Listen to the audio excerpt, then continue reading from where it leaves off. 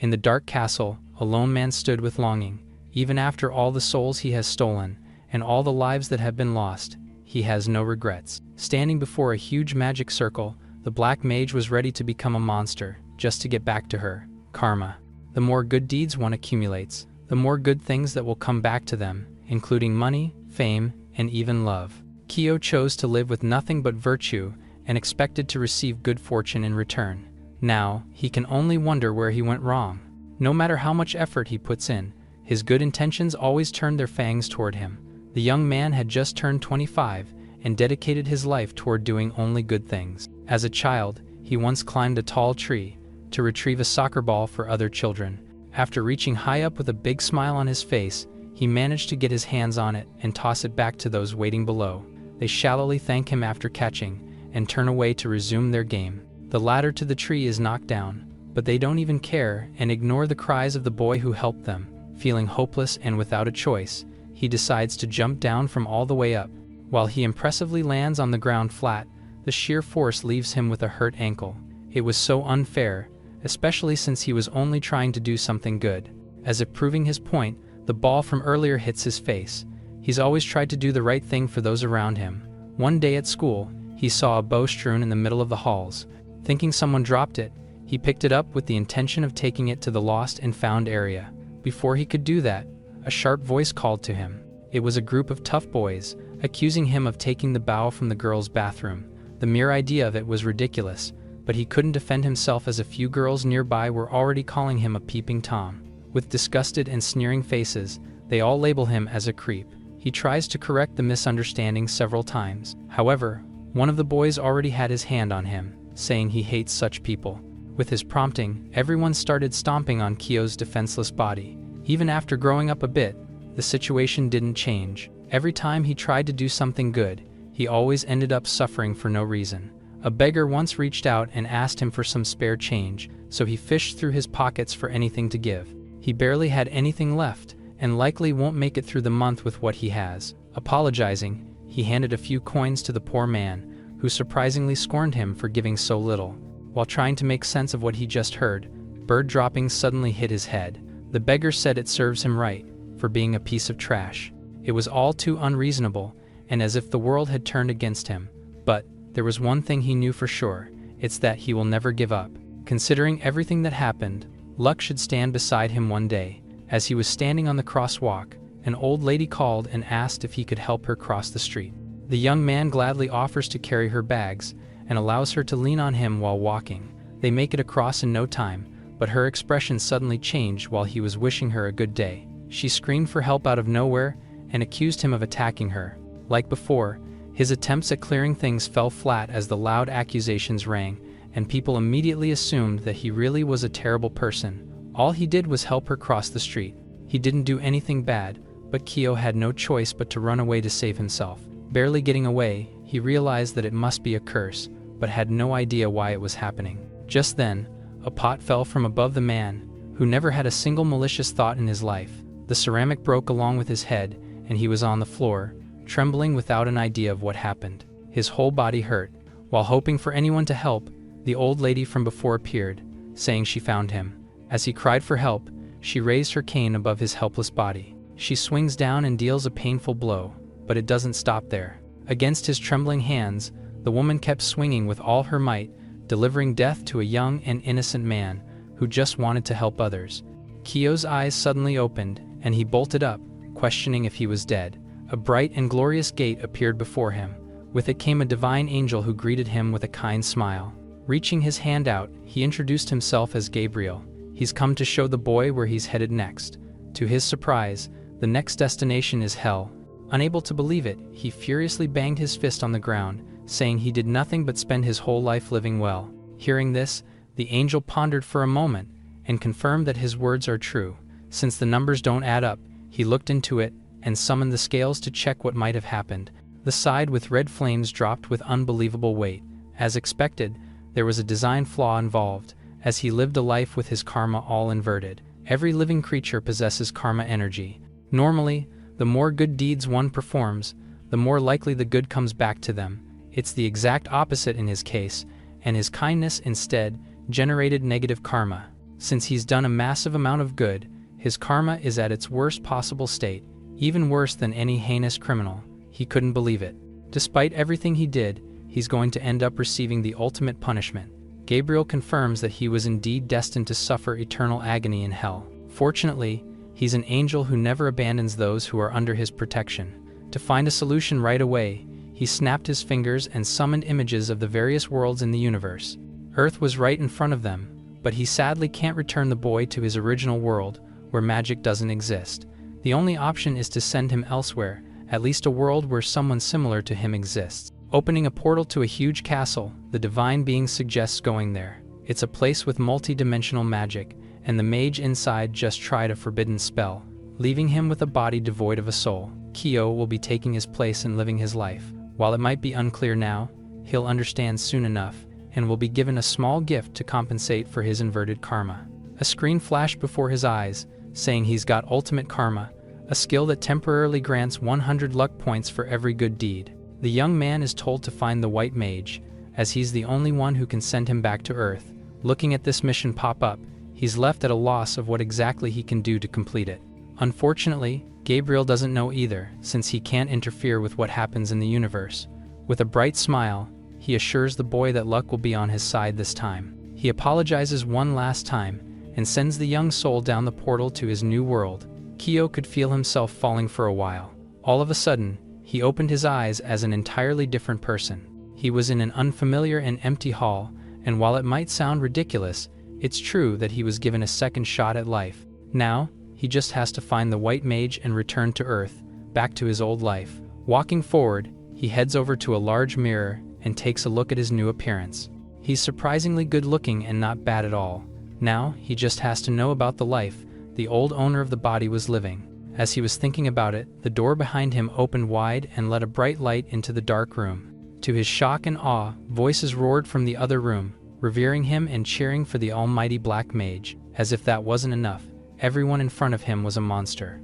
A servant approached from behind, asking his master not to forget his robe. The orcs, goblins, and demons screamed for the man, who never performed a single good deed, and is known for committing the most atrocious crimes in the world. The incarnation of evil itself, the Black Mage. Kyo urgently shut the door with trembling hands. Seeing the army of monsters cheering for him, he realized that he had to get out of there soon. Just then, the servant from earlier checked if everything was okay, asked who in the world he is. The goblin's name is Grut, the Lord's newest advisor, who was assigned just yesterday. As for the hundreds of monsters in front of his castle, the Black Mage supposedly ordered for all of them to gather today. After all, he was planning an attack on the surrounding human villages. Kyo urgently tells him to cancel all plans related to that immediately. The advisor is surprised and disappointed, saying he thought this is what the Lord desired. Quietly cursing to himself, he feels like he has no choice and snaps his fingers. Flames consumed his body, but he remained emotionless. Not understanding why he was setting himself on fire, the Lord's body moved on its own and used his magic to dispel the blaze, leaving his servant in shock. With this, the system window appeared beside him, saying the ultimate karma skill activated. Grut knelt down, begging for forgiveness and asking for the mercy of death. He understands that it was his mistake, but doesn't want to end up like previous advisors, whose souls' screams still echo within the castle halls. Kyo doesn't understand what he's talking about, so the goblin points to the walls. There, countless heads were placed on the wall, each belonging to an advisor sentenced to death. It's an unbelievable sight that makes him wonder what they did to end up that way. Not a single one lasted in the position, as they were all brutally sentenced to death for trivial sins. It was horrible. In this world, the real monster was him. Called on, Grut turned with his entire body trembling. Seeing this, he's told that Kyo has no intention of harming him, and is appointed as the Black Mage's lifelong advisor from that point on. The goblin doesn't know how to thank him for the unexpected honor. For now, he's told to answer even his strangest questions, and is asked who he is. He is the greatest Black Mage in the universe, so much so that his name is literally the Black Mage. Figuring that his knowledge as an advisor was just being tested, Grut continued to answer, explaining that they're in his impregnable castle that rules over the southern lands, and serves as the general headquarters for his monster army. Kyo was reincarnated as someone who's a serial killer, in command of a monster kingdom. Asked how long he's been ruling over the land, the troubled goblin makes a few calculations and says 40 minutes at first. he realizes it's ridiculous and corrects it to 40 billion years. As neither was right, Gret thinks he's once again made a fatal mistake, one enough to make him point a dagger right at his chest. Fortunately, the hasty action is stopped right away, but doing so elicits a familiar response. The ultimate karma is activated, but Kyo is too preoccupied with ordering the advisor to keep living to notice. If he tries anything else, he'll meet an execution worse than any of his predecessors experienced. The bluff fortunately works, allowing the Black Mage to move on to his main mission of finding the White Mage as soon as possible. No matter how terrible his life is, he must return to Earth somehow.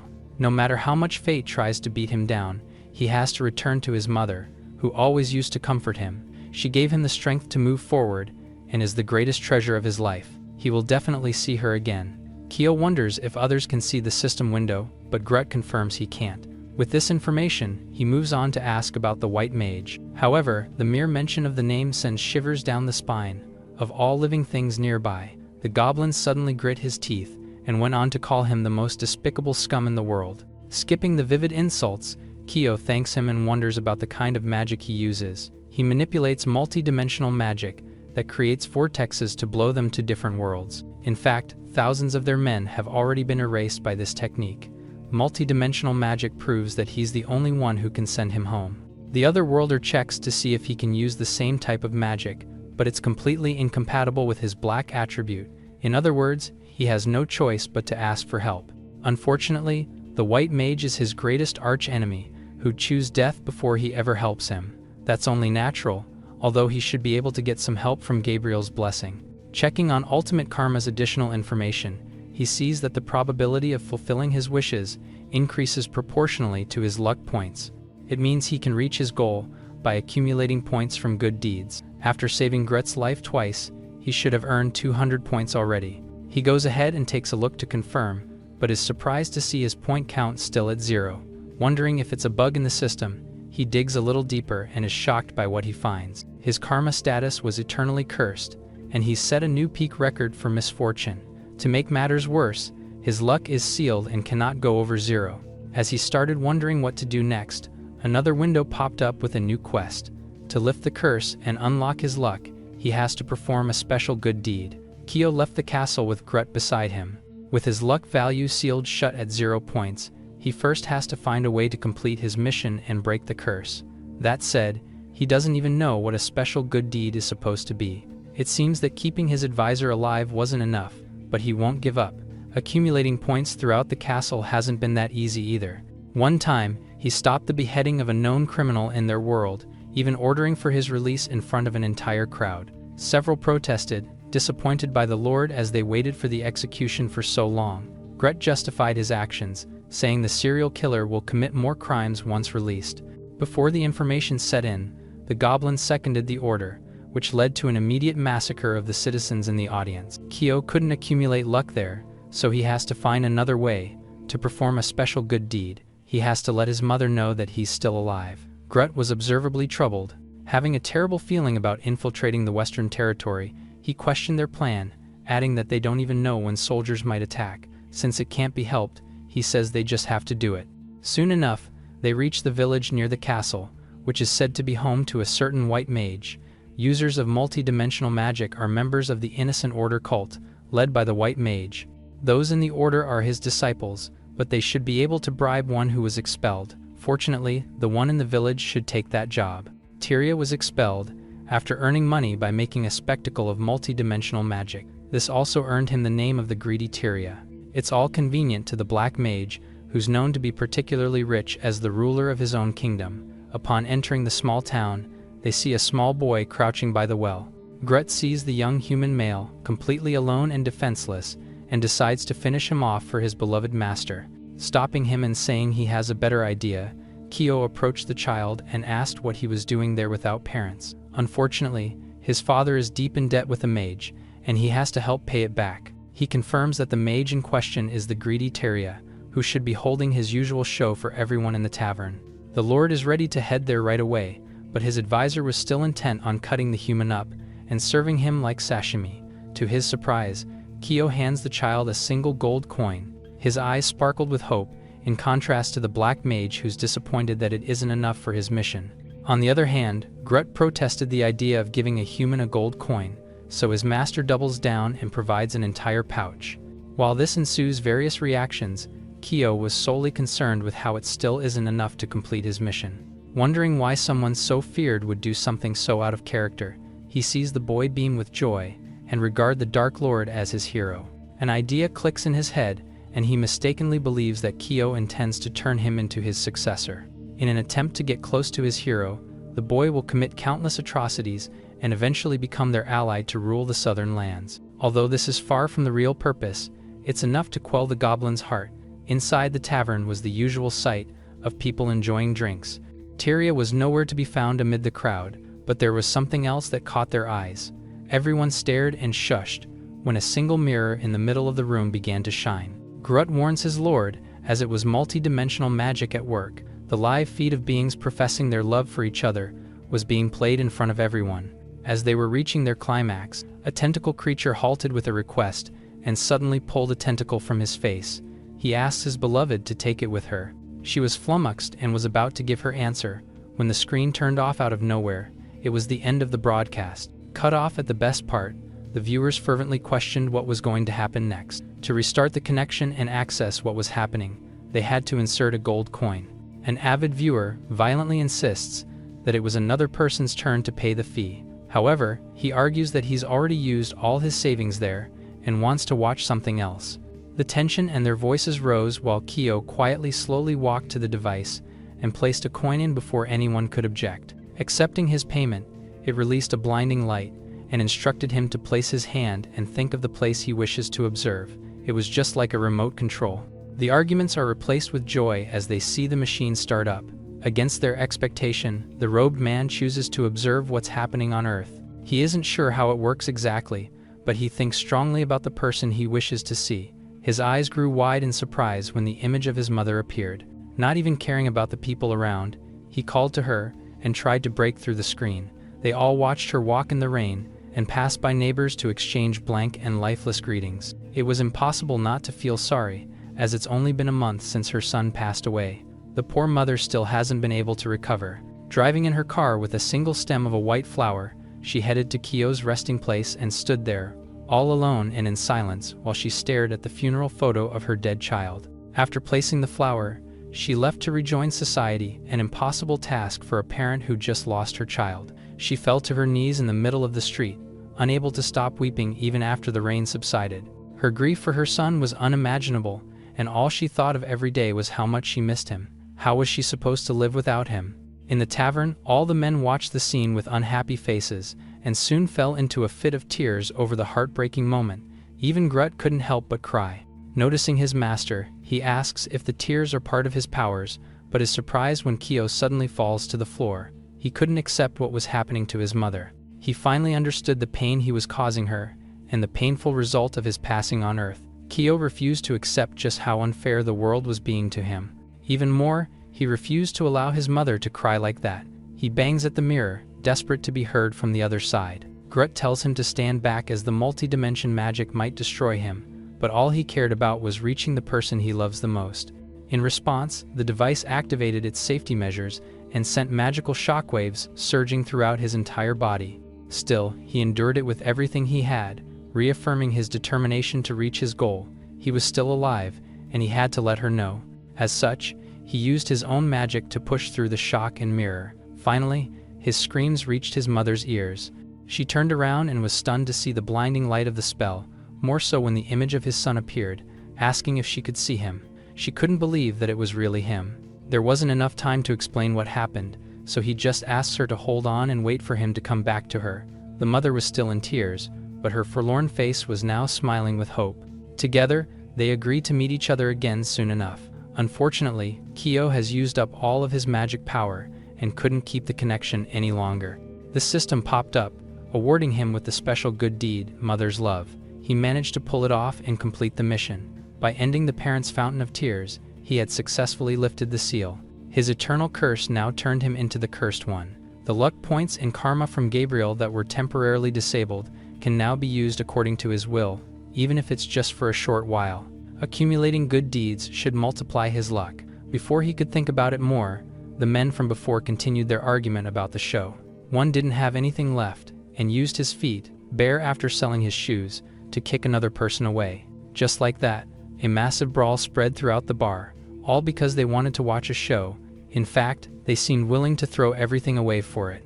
Grut urges his master to leave, before the multi-dimensional magic drives everyone mad. However, a pint of beer hit his head and spilled all over his clothes. What's left of his patience faded rapidly, and he removed his hood to curse and kill the wretched humans. For some reason, Kyo smelled his head. The scent of the beer was strange, but he's sure he's encountered it before.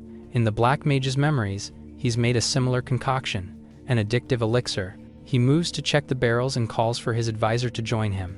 There was something wrong with the tavern, one likely hidden nearby. As expected, he finds a bottle containing odd blue liquid attached to the beer containers. He confirms his suspicions as soon as he detaches it and takes a look. It's the addictive elixir, not unlike the one he made. Tyria spiked the alcohol to make everyone dependent on his magic and take their money. This is likely what happened to the child by the well, whose father probably wasted all his family's money there. Just then, the rowdy men from before called to the weird and short outsiders. Since they started the last broadcast, they must have money to spend, which they're now forcing them to use on their useless shows. Their aggression triggers Grut, who refuses to stand for threats against his master. Fortunately, Kyo stops him before he kills everyone in the room, saying he knows a way they can save everyone. In the Black Mage's mind were clear memories of the elixir's antidote.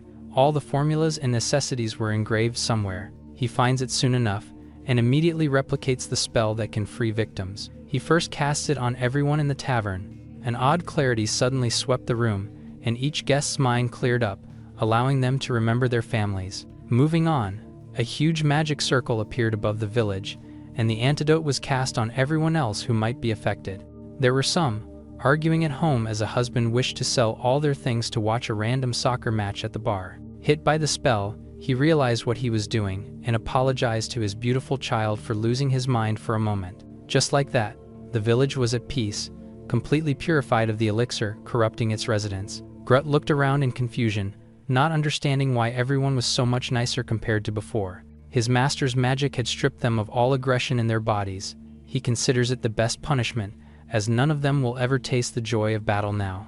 Those who were once like proud lions have now become as helpless as worms. As usual, he believes that his lord's ferocity is unparalleled in this world. Meanwhile, Kyo was preoccupied, as purifying the village granted him a massive amount of luck points, which endlessly poured in. It was perfect and going all according to his plan. With his luck near 240,000, he can finally get what he wants the most using multi-dimensional magic. However, the tavern walls suddenly exploded. Everyone turned toward the smoke, but didn't seem too bothered since it was just Tyria, who they already knew. The banished mage stepped forward and demanded to know who was trying to ruin her business. The outsiders encountered Tyria for the first time and are shocked to find that she's actually a woman. She confirms her bad suspicions and sees that all the elixir has evaporated from the beer. The culprit behind the mass purification is sought from the crowd, but the regular customers all denied doing anything to the drinks. As such, she turns her attention to the two people, the weird man and the brat, since she has never seen either of them there before. Before they could answer, she finds the bottles, once connected to the barrels, overturned on the floor. Kyo is accused of being a member of the Order, who's now coming after her as well. Telling him to mark her words, she vows to never yield to trash like them, and summons a blazing magic circle under his feet. The Black Mage cursed it all. The flame circle and its power was very vivid in his memories. Since there was no time to think, he allows his guts and instincts to move his body, which, for some reason, launches a gold coin somewhere to his side. He freezes, completely confused by the result of his intuition. Tyria was fully committed to killing him on the spot, and the huge explosion from beneath him proved that. As it consumed him whole, his ultimate karma activated, leaving him with 3 minutes of pure luck. The coin he shot earlier hit a water pipe which, with miraculous luck, burst open and doused all the flames covering him. Neither of the mages could believe what just happened, but it was too close of a call to be comfortable with.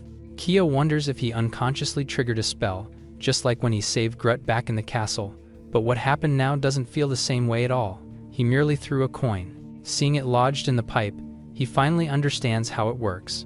Meanwhile, the goblin was not saved from the fire, and had no choice but to take off the robes covering his identity. Unfortunately, this reveals his true nature to all the humans around them. After an awkward pause, the reality that a monster was there set in, and the humans charged in to kill their sworn enemy.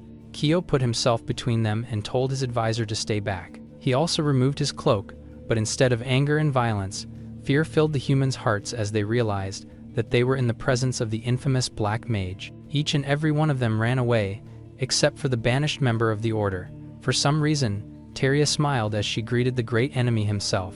The bounty on his head is worth 100 billion gold coins, but from what she's heard, he was so weak as an immaculate that the white mage turned his head away from him in shame. If she puts everything she has, she might be able to beat him and become the richest person at the end of it all. It's a shame, but Kyo hasn't mastered his powers yet and would die if he fought head-on, so he has to bet everything on luck once again. He praises and admires the opponent right in front of him, but adds that she might be lacking quite a bit of focus. The flames she unleashed earlier had caught on a trail of alcohol that led to the rest of the barrels. While she notices this belatedly, Kyo was already retreating to safety with Grut in his arms. He moved on nothing but sheer instinct, which urged him to jump out of the nearest open window. They're met with the cold night air while diving to the ground. As the fire continued to travel, the two landed inside a metal tank and sealed themselves into safety. Just a second later, the entire tavern was caught in an enormous explosion, destroying everything but the tank they were hiding in. Now, all that's left was to escape under the cover of the smoke. They walked through the remnants of the establishment, still in flames, while Grut skipped from joy at the thought of deliciously roasted humans. However, the battle was not yet over as Tyria appeared and called to the Black Mage, saying it's still 100 years too early for him to defeat her. He looked at his system window and saw that his luck still had 1 minute left, meaning he has to move now if he wants to somehow defeat the enemy. With this, he mocks her, stating that he doesn't even need to use his power to win, and asks if she honestly thinks that she can beat him. This provokes her as expected. The greedy white mage shoots a torrent of flames, unwilling to be looked down on. He's nearly burnt to a crisp, but Kyo trips on a rock and dodges the hit by falling to the ground. Not finished yet, she summons another magic circle beneath him, and several more from the surrounding areas. There was no escaping now as she was determined to use everything she had to end him. Fortunately, there were 5 seconds left on his miraculous luck. At the final moment, right as he was about to be incinerated, a burst of oil sent him flying high to the sky, away from the fire. She couldn't believe it, but he dodged all of her attacks. The nearby citizens saw it and concluded that the tavern's explosion caused oil to gush up from deep underground. Having used up all of her strength, Tyria helplessly fell to her knees, defeated. She couldn't even move anymore, and she wondered if this truly was where she was going to die. To her surprise, the flames disappeared. Grut called to his master, saying it was too early and she hadn't cooked enough yet. They don't understand it, but Kyo approached and knelt by his enemy, promising that he had no intention of leaving her behind there. While looking at her weakened face, a memory invades his mind.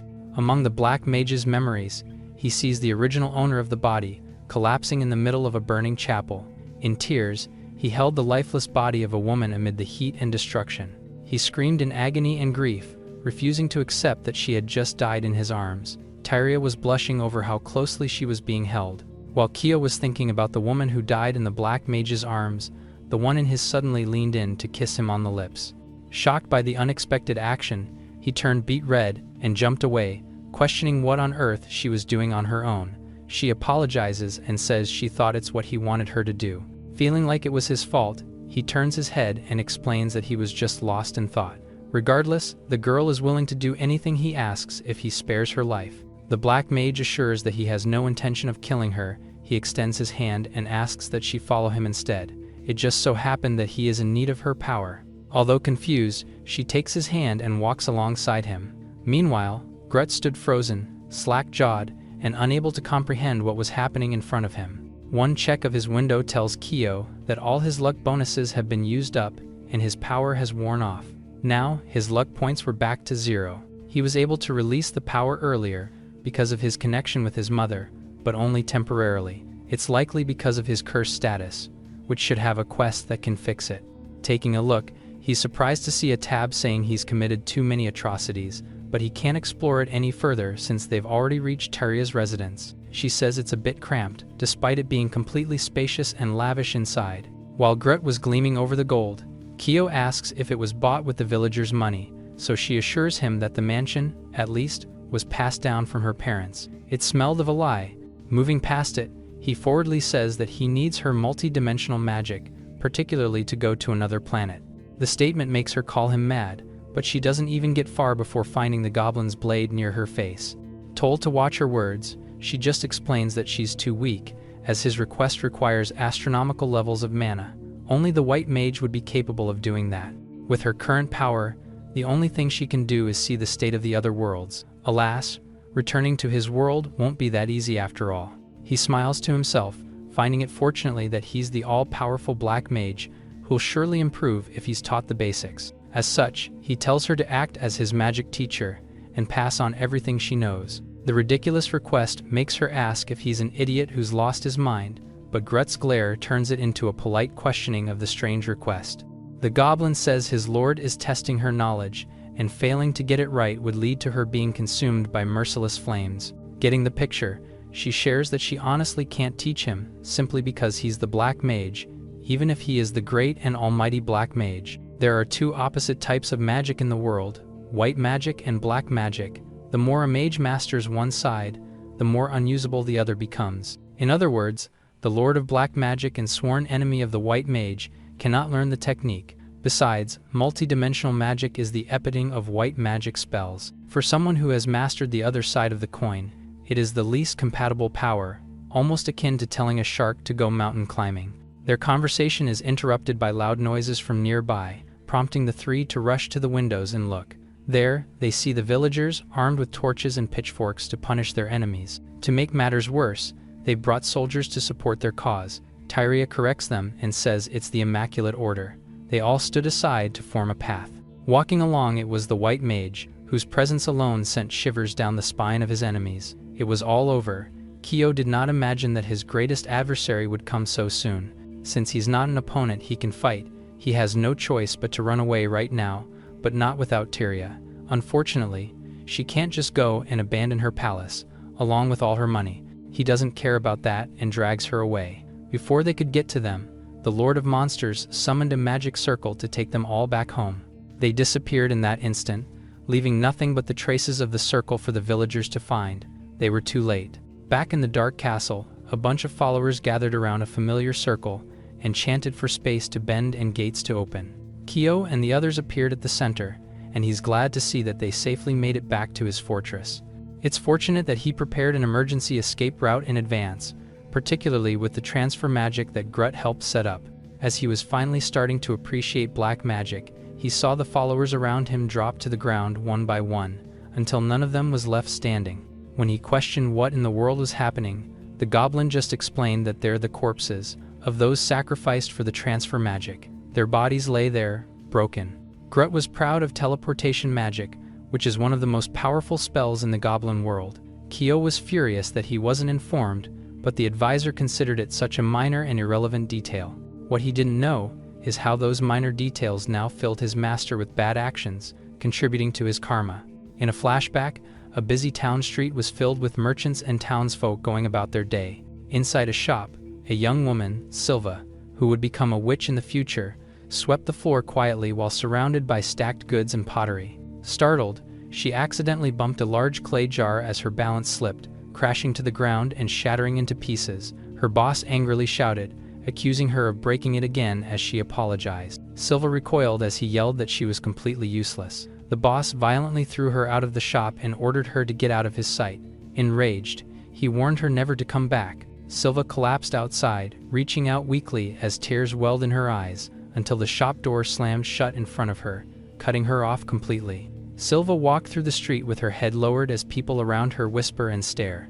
Villagers murmur about her, calling her cursed and warning others to stay away. She sat alone on the ground, ignored as people passed by without helping. Night fell, and Silva curled up against a wooden pillar while rain poured down on her. Exhausted and soaked, she lay motionless on the cold stone floor.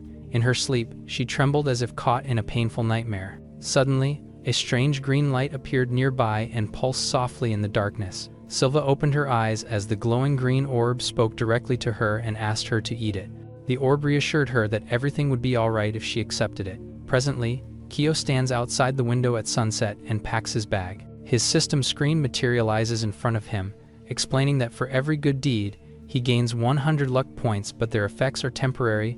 Realizing that this is the ultimate karma system and finally understands how it works, he admits that it was a struggle, but he managed to pile up some good deeds in this cursed kingdom, recalling how two orcs were angrily fighting each other, prompting Kyo to take action as his eyes sharpened. He shouted for the fighting to stop as energy surged around him. The two orcs stared at each other as the moment froze and their anger disappeared. Their heavy weapon dropped instantly. While one orc apologized and called the other his brother, the other responds gently, expressing their compassion with each other.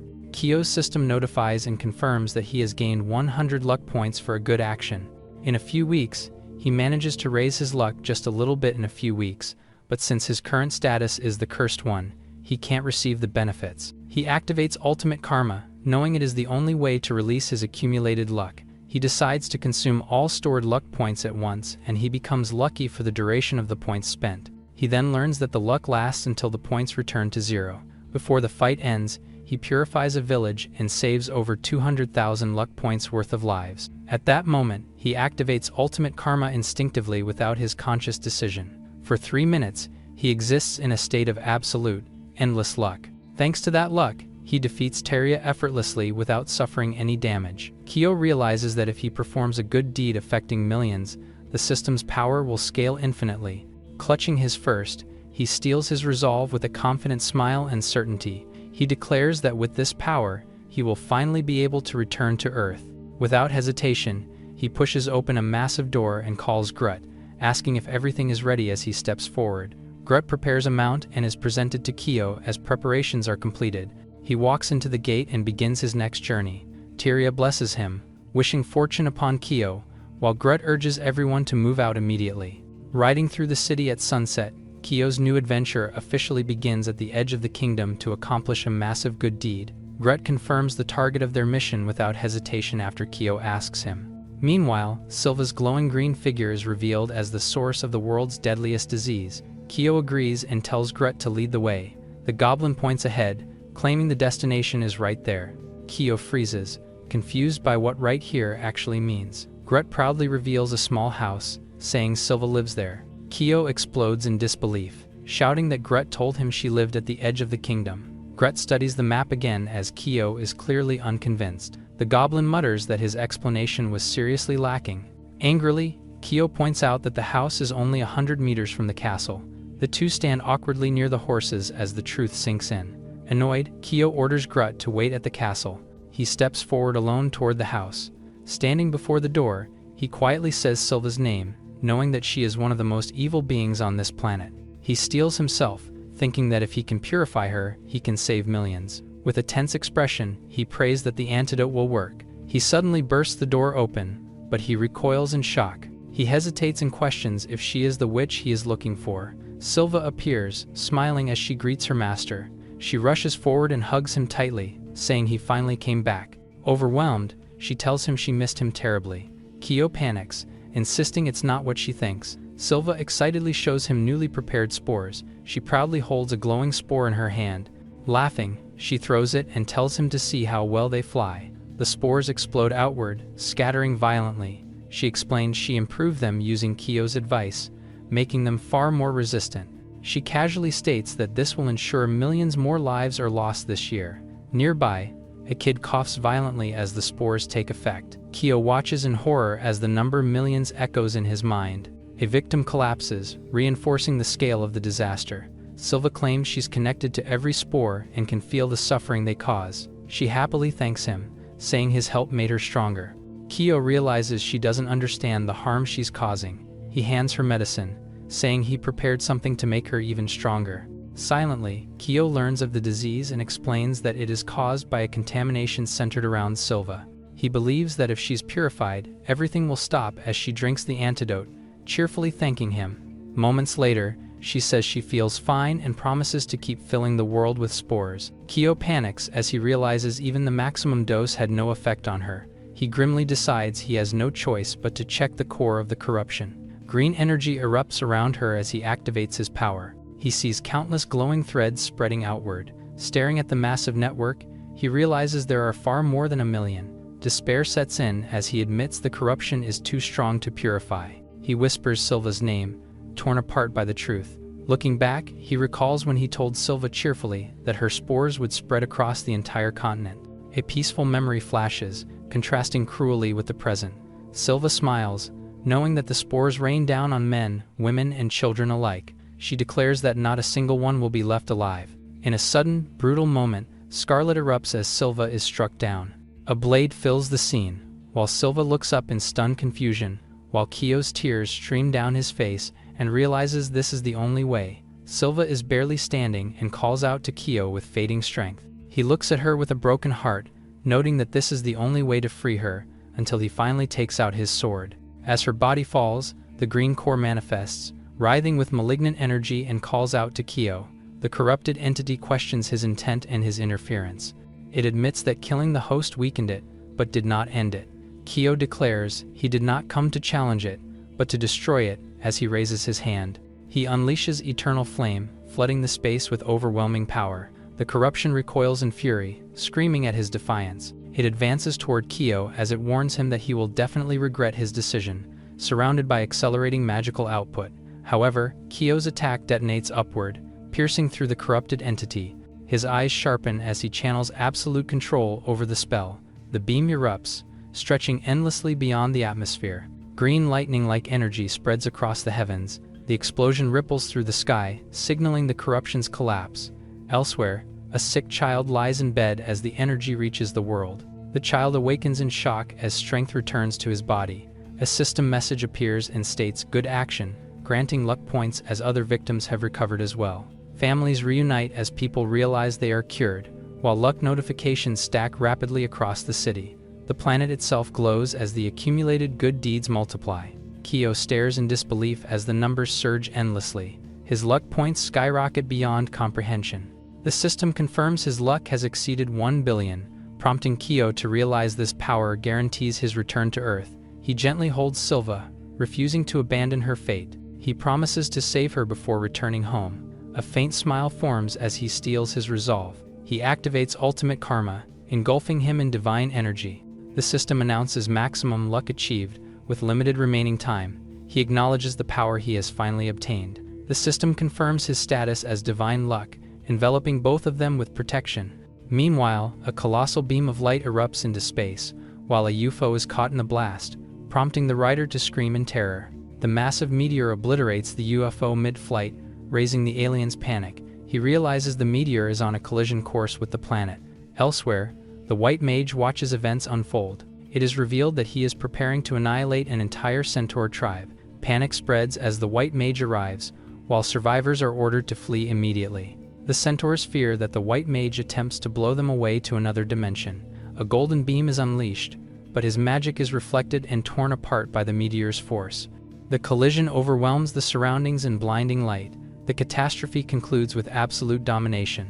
A golden beam streaks across the sky, aiming straight for the capital. The impact slams into the city, buildings shattering under overwhelming force.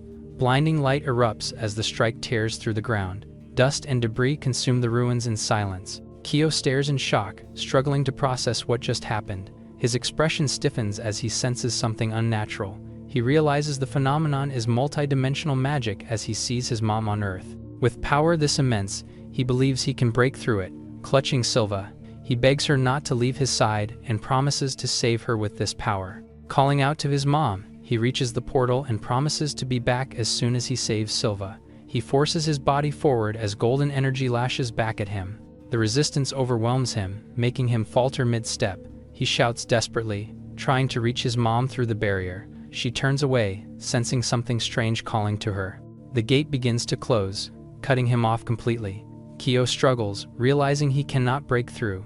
Silva reaches his face, weakly telling him that some things in this world cannot be changed. She explains that white magic cannot be used by Kyo as he is a black mage. Even with all the luck in the world, she tells him that the dead cannot be brought back, as Kyo kneels in the ruins. Her hand trembles as it presses into the cracked ground. Kyo cries as he holds Silva, refusing to accept this ending. Her spectral form appears, rendering Kyo speechless.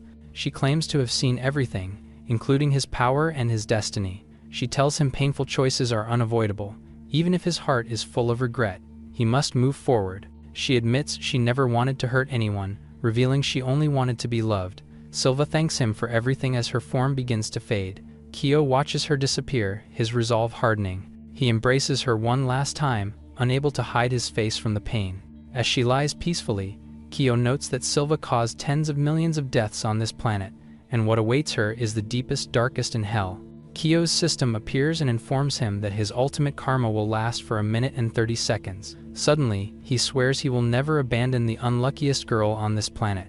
Forbidden black magic surges as he invokes an ancient arcana, prompting him to enter astral ascension, stepping beyond the limits of fate itself. Silva's lone soul drifts in a crimson void, isolated and suspended in silence. Confusion sets in as she becomes aware, unable to recognize its surroundings. She turns, sensing an unseen presence watching from the darkness. A massive crimson eye opens, revealing the abyss and asserting its dominance. The voice declares her soul hollow, eroded by emptiness beyond repair. Shock and denial flood her as she explains that she was manipulated by an evil entity.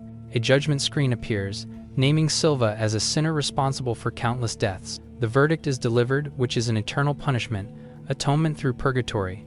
The abyss confirms the records are absolute and beyond appeal. She is condemned as irredeemable, her fate sealed by immutable law. She desperately denies the accusations, insisting she never intended such horrors. Tears fall as she realizes the punishment cannot be undone and calls the verdict unfair. The abyss coldly questions her sense of fairness, unmoved by her despair.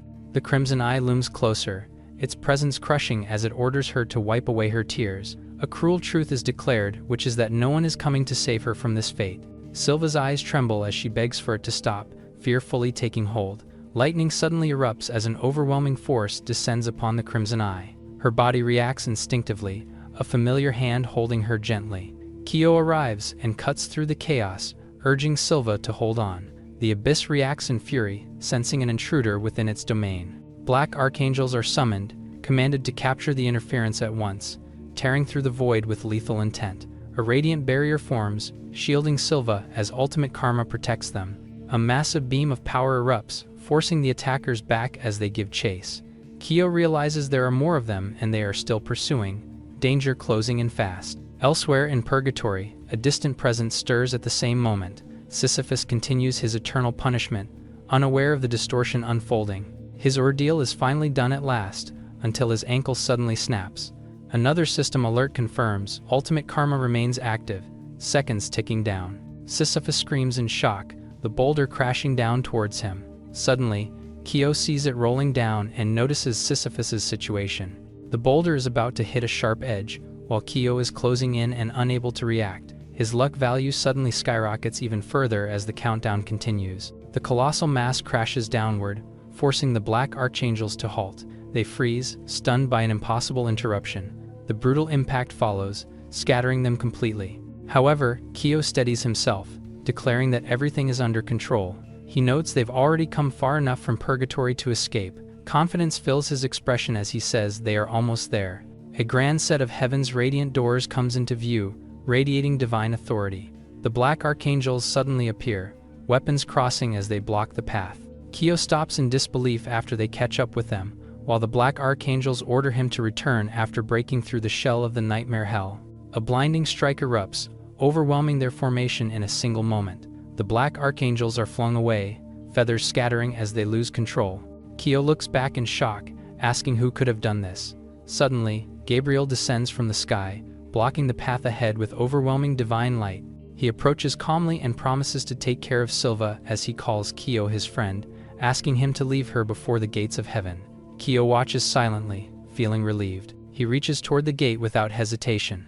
The word heaven echoes in Kyo's mind as light floods his vision. He silently calls out to Silva, acknowledging her long suffering. He insists there is a place more suitable for her than heaven. Kyo shoots upward, tearing through the sky toward the gates, finally reaching the gates of Nirvana. Gabriel shouts for Kyo to stop, warning him that Silva cannot pass, revealing that Nirvana is declared a realm reserved only for the purest souls, warning him that they will only crash straight into the gate. The light intensifies as Kyo continues forward, regardless as the system screen activates and reveals that the ultimate karma has been triggered and his luck skyrockets beyond limits. Time begins counting down as his power surges uncontrollably. Kyo whispers Silva's name, his resolve unwavering. He accelerates, declaring her nightmare will end here.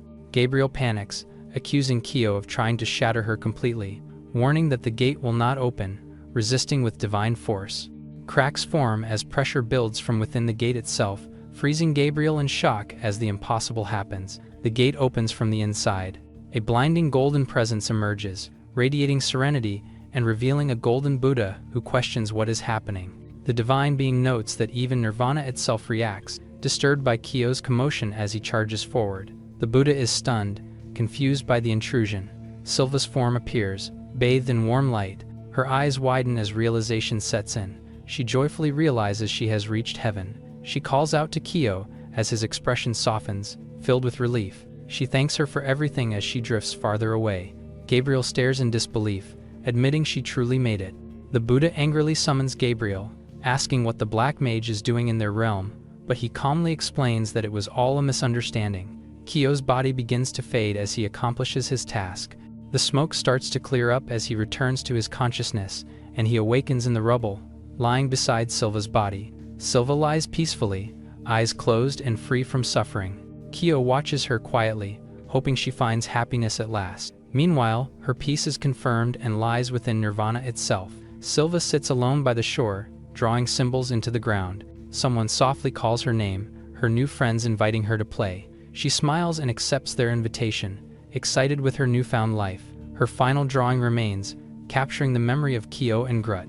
Meanwhile, on Earth, a quiet city skyline marks another ordinary day beginning. A set of keys is picked up, signaling someone about to head out. The door slides open, light spilling into the entryway. Suddenly, a woman greets Miss Kuroda warmly as she walks with a man beside her. Kyo's mom listens in silence, her expression unreadable. She returns the greeting calmly, her voice gentle. The girl remarks that Kuroda seems in better spirits today and asks if she is going to her son's grave to offer flowers. Kuroda politely declines the suggestion placed before her. She looks up at the sky, believing her son can still hear her. A golden ring forms, showing the group reflected within its light. Kyo watches through the portal, his eyes filled with longing. From the other side, he presses his hand against the barrier separating them. Teria notices him lingering, wondering what occupies his thoughts. Grut praises him as the cleverest mind in existence, convinced Kyo must be planning something terrifying, until he realizes something. He notices that Kyo keeps looking at the woman within the portal. The word mother echoes as Grut something strikes his mind. Kyo shares that he now commands an entire army, and even rules a massive castle, prompting Grut to think that he is exchanging military intelligence. Despite everything, he refuses to abandon hope. Grut believes that his mom was the one who taught him everything. Kyo asks her to wait a little longer, promising he will reach her soon. Grut enthusiastically announces plans to conquer the universe. He shouts as he approaches Kyo and calls his mom. He swears an oath upon the name of his clan, while calling Miss Kuroda mother. Grut dedicates his sword to her, sealing his vow. Teria hesitates, unsure how such devotion should even be expressed. Meanwhile, Kyo stands alone in the vast hall, framed by towering windows. Time passes as he reflects on months spent in this world. Though he can watch over his mother, he admits he has no way back to Earth. He recalls what Silva said, that some things in this world cannot be changed. As a black mage, he knows certain paths are forever closed to him. He opens the door to his room, until his eye sharpens and sees something unexpected. Grut excitedly points out Issa's mom in the portal again and calls her mom. Kyo awkwardly thanks Grut, regaining his composure. Kyo recalls Black Mage's past as a former member of the Immaculate Order, just like Teria. Kyo believes there must be a way to change himself back. He promises his mother that he will succeed. His expression hardens as determination replaces doubt. Grut declares that he is coming for her, no matter the cost. Kyo orders Teria to stop the broadcast. With a final look, he announces it is time to move out.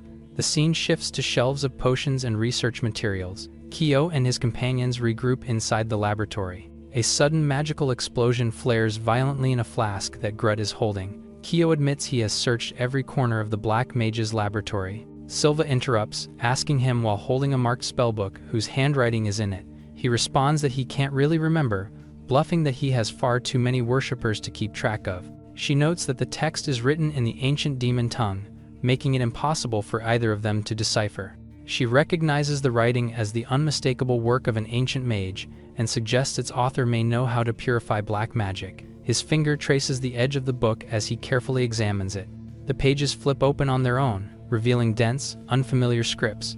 Kyo notices a signature dedicated to the Grand Black Mage, bearing the name Talcum. The name echoes in his mind as he tries to recall where he has heard it before. He suddenly remembers meeting Talcum long ago, identifying him as a goblin. He reacts and calls Grut instantly, asking if the name Talcum rings a bell for him as well.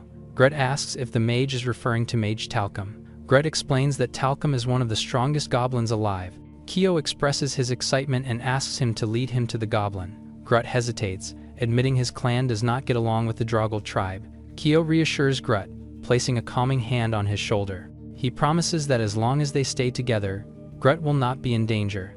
They arrive at the southern lands of the Droggle tribe, surrounded by an ominous crimson sky. A goblin blows a horn, announcing their arrival. The group advances as their presence is loudly proclaimed to the tribe. Kyo recognizes the place, recalling that he has been here many times before. He remains calm, assuring himself that there is no need to panic. Mage Talcum appears seated on his throne, exuding authority. He acknowledges the arrival of the Grand Black Mage. Talcum welcomes him, stating it is always a pleasure to see him. Talcum observes the new attendants accompanying the Black Mage.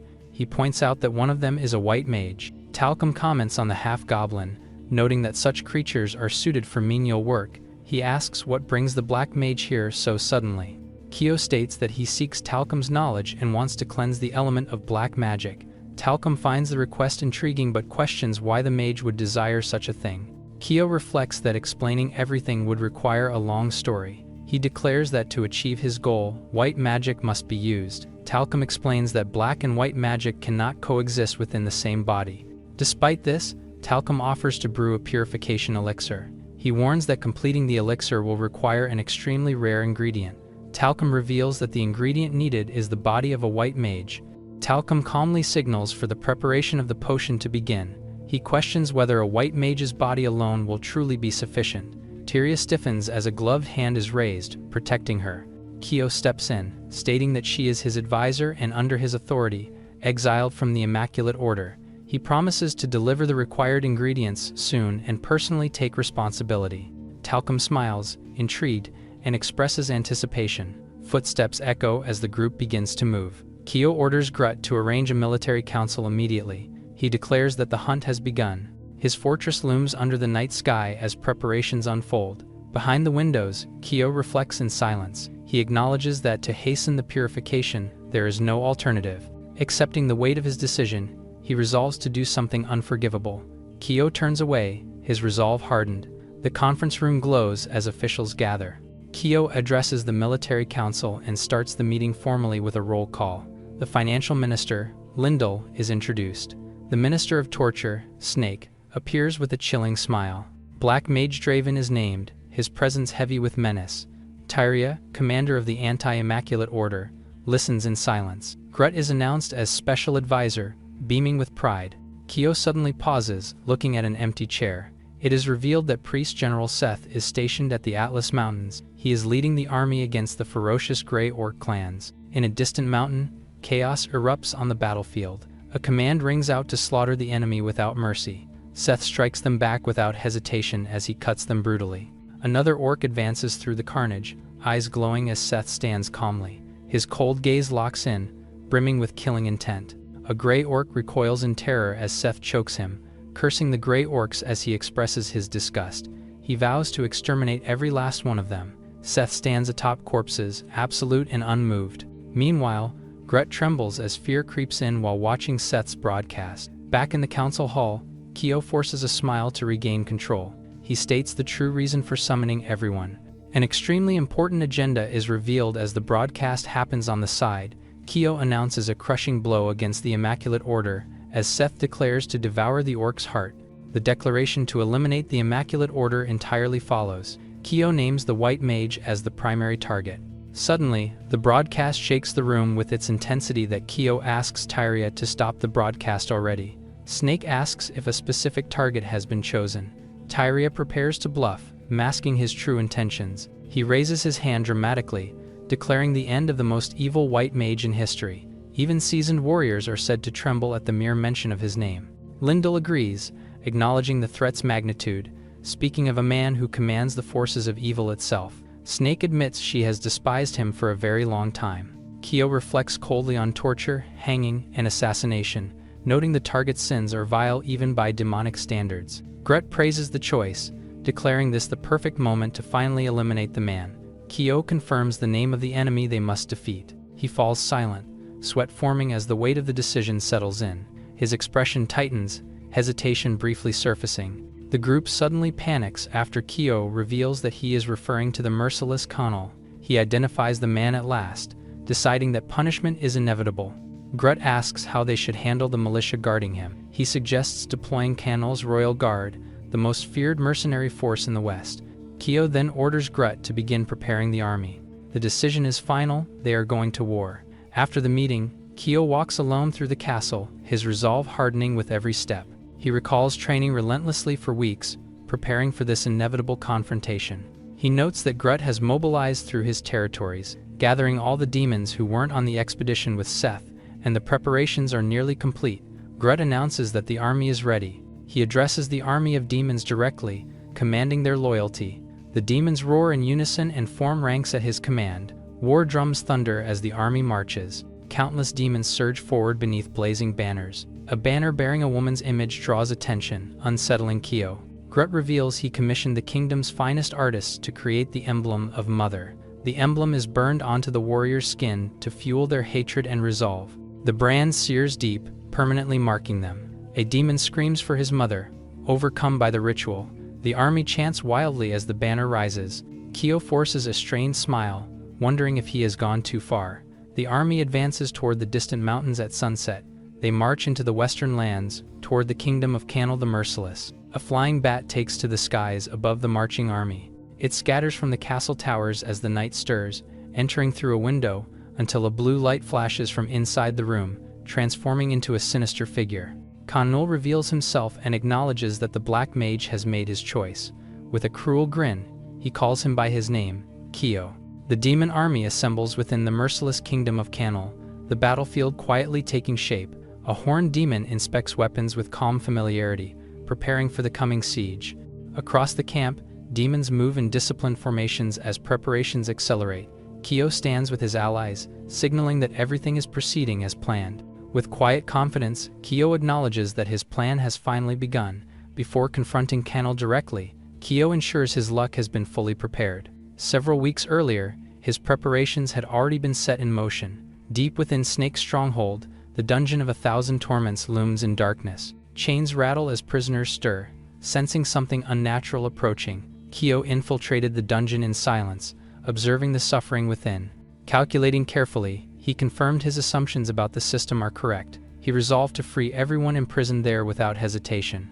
The prisoners reacted in disbelief as the sealed dungeon began to open. Shouts erupted as they were urged to flee before Snake could react. Chaos spread through the dungeon as captives rushed toward freedom. The system registered a flood of good actions as prisoners were released. Luck points surged exponentially, confirming Kyo's gamble has paid off. Snake looked on in shock, unable to comprehend what was happening as she ordered everyone to return. Snake realized too late that something had gone terribly wrong. 100,000 luck points are secured, pushing Kyo beyond normal limits. With this advantage, Connell no longer stands a chance. While Tyria's impatience grows, she questions how long the siege will continue dragging on. Kyo calmly reassures Tyria. Confident in their position, Gret enthusiastically urges the army forward without restraint. Kyo and Tyria exchange a brief, knowing glance, while Gret reports in, addressing Kyo with respectful excitement. He confirms the tunnel preparations are fully complete. Kyo praises the work, explaining that the tunnel bypasses Connell's defenses. The group regathers, ready to move as one. Suddenly, a warning arrives from Snake. The militia has launched an attack. Their forces strike the forward base with brutal speed. Kyo immediately realizes Connell has moved ahead of schedule. He orders Tyria and Gret to stay close and proceed carefully. Without hesitation, Kyo commands the army to advance through the tunnel. He entrusts Snake with leadership of the main forces and to drive back the militia. Snake accepts with confidence. Her killing intent displays since she has been itching to blow off some steam after believing some heretic freed all of her prisoners. Kyo climbs down the tunnel as he displays his nervousness, knowing that he was that heretic. In the tunnel, Gret tells them to follow him, but Tyria angrily responds that it is a straight path. Ahead lies Connell's residential district, untouched by the chaos. Movement stirs within the grass, signaling hidden dangers. The group breaks through to the surface at last. They pause briefly to assess their surroundings. Kyo identifies Connell's private district as their destination. He points toward the towering structure at the center of the area and declares that it is finally time to settle everything. They proceed to climb up the stairs quietly. Deep inside the fortress, Kyo advances with his companions through a heavily guarded hall. Gret suddenly lunges from the side, launching a reckless ambush. The intrusion draws attention as figures at the far end of the corridor react instantly. Kyo pauses, recognizing their target at once. Connell turns away calmly, already expecting their arrival. He raises a glass of wine, its surface reflecting a watching eye. Connell smiles, savoring the moment as he acknowledges their arrival. Kyo confronts him directly, declaring the end of his reign. Connell drops his wine as he addresses Kyo, knowing that this day would always come. He mocks the idea of being caught unprepared. Crimson restraints erupt without warning, slashing through the space around them. A massive red cage forms, sealing Kyo and his allies inside. He scoffs, questioning whether such a simple construct can stop him. The magic reacts violently as he attempts to break free. He realizes his mana is no longer responding. Tyria reveals that the cage proves impossible to dispel or overpower, and explains it as a forced seizure prison that strips all magic equally. Connell acknowledges the Black Mage's knowledge with mild respect. Tyria recognizes the prison as a supreme relic of the White Mages. The truth settles in as Connell reveals the relic's origin, which he stole from the Immaculate Order after being cast out. Trapped and powerless, Tyria realizes he is completely at their mercy, while Kyo remarks that killing him should now be effortless. He invites the attack without fear. Connell accepts gladly, bearing his hostility. A devastating spell is unleashed at point-blank range as he declares to see Kyo in hell again. The attack descends as a judgment meant to end everything. Tyria's desperate cry rings out as the blast closes in. Kyo instantly activates ultimate karma, pushing luck beyond all limits. The destructive magic violently backfires and fractures the prison itself. Connell recoils in disbelief as the outcome reverses. Dust and shadows swallow the chamber as the structure collapses. Kyo questions if this is the end of Connell's theatrics as he stands unharmed amid the aftermath, while his enemy clenches his teeth in frustration. Even Connell cannot comprehend the magic that intervened. He counters by drawing on his power, revealing multi-dimensional magic, escalating the battle further. Shock spreads from Kyo, seeing a vision of his mom from Earth. Connell smiles coldly as he utters Kyo's name. Connell addresses him calmly, already treating him like prey. He reveals he has been observing Kyo from the shadows for a long time, while in the form of a bat. Through a glowing portal, Kyo observed his mom, through rain and snow. Connell recalls the moment he finally realized the truth about her existence, stating bluntly that Kyo is not originally from this planet. He explains that Kyo was sent here by a guide beyond this world. He coldly declares that his next target will be Kyo's mother. Gret panics as the truth is exposed, shouting in shock. Connell effortlessly controls the golden portal, proving his dominance. Tyria urges him not to panic as the enemy continues explaining. It is revealed that only white mages can wield multi-dimensional magic strong enough to cross worlds. Connell mocks them, confirming Kyo lacks the power to stop him. He casually reveals he also stole a powerful artifact. Tyria realizes escape is impossible as the enemy smiles with certainty. She reveals that the artifact called File of Passage contains a sample of a white mage. It is explained that drinking from it allows temporary travel between worlds, despite such relics being forbidden. Connell crushes another vial, stating only one remained intact. He drinks the sample without hesitation, his body reacting violently. With a surge of light, he prepares to leave the world entirely. Connell floats toward the portal, addressing Kyo one last time. He tells Kyo to say his final goodbyes. Kyo freezes in fear as Connell promises to kill him after returning. Through the portal, Kyo sees his mother walking alone in the real world. Connell steps through, approaching her directly. Connell's satisfied smile displays, while Kyo screams in desperation and begs him to stop. He cries out for his mother, panic completely overtaking him. The system activates, but nothing seems to happen at first. Kyo realizes his ultimate karma still isn't triggering. Kyo begs Tyria to do something as time runs out. She apologizes helplessly, admitting her current self can't cross worlds. He screams her name, pleading for help. His voice cracks as despair reaches its peak. The cage seals tighter, trapping them in hopeless silence. Suddenly, something strange begins to distort reality. Tyria looks around in shock, sensing a sudden shift. Leaves scatter as the scenery abruptly changes. Young Kyo appears in a peaceful park, running past her. She realizes in disbelief that she's no longer in the magic world and recognizes Kyo. Tyria shouts his title in shock, as Kyo cheerfully counts the money he saved for the year. He explains he spent winter mowing lawns to save money. Kyo happily talks about walking dogs every single day. He recalls washing cars whenever the owner returned from work. He proudly says all of it was done for his father. Kyo approaches his bike, full of innocent energy. He admits his father never accepts the money, knowing he's in debt. Kyo says he understands how miserable that makes his father feel. He places his savings into a basket with a gentle smile. The system recognizes the act, labeling it a special good deed as karma begins calculating. Kyo meets his father again on the street, surprised but happy to see him. The system silently begins recalculating karma in the background as if a glitch is happening. His father gently pats his head, saying he has to go to work. The karma scale suddenly tilts violently as negative karma surges. Kyo asks if his father will be home for dinner, smiling innocently. He waves enthusiastically as his father rides away. Kyo shouts that he loves his dad with all his heart. His father turns back, smiling softly as he says he loves Kyo too. In the next instant, a violent accident happens across the scene. Tyria watches in horror as Kyo calls out to his father. She trembles, shocked by what she just witnessed. Reality glitches around her as the scene forcibly shifts. She finds herself at a funeral, watching Kyo's family gather. The atmosphere turns heavy as grief fills the air. A coffin bearing a cross confirms the truth she feared. Young Kyo breaks down, overwhelmed with guilt. Tears stream from his eyes as he blames himself for his father's death. His mother holds him close, telling him not to say such things. Kyo admits he already knew the truth deep inside. He runs forward, collapsing as his name is shouted. Kyo apologizes repeatedly, convinced everything is his fault. He believes misfortune always follows him no matter what he does. Tyria flinches as she realizes how deeply broken he is. Kyo confesses he has always known he is cursed. Tyria begs for help, her voice shaking. Kyo cries that he doesn't want his mother to die because of him. Tyria reassures him softly, telling him not to worry. She promises she will help him no matter what, surprising Kyo. Tyria senses an unfamiliar force awakening from her. Tyria admits she doesn't understand what's happening, but feels it clearly. Presently, Kyo is confused as he witnesses something strange happening with Tyria. Her eyes glow as realization strikes, knowing that she can do it now. She activates supreme multidimensional magic, and a massive world-crossing gate begins to open.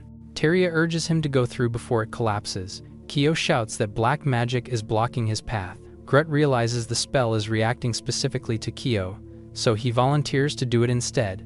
Meanwhile, Connell tightens his grip on his blade, preparing to strike Miss Kuroda. He approaches her with killing intent, until Grut lunges forward at full speed. Connell is struck and sent flying violently. Grut's foot slams into the ground as he regains balance, vowing that he won't let anyone harm her, not letting even a single finger on Kyo's mom.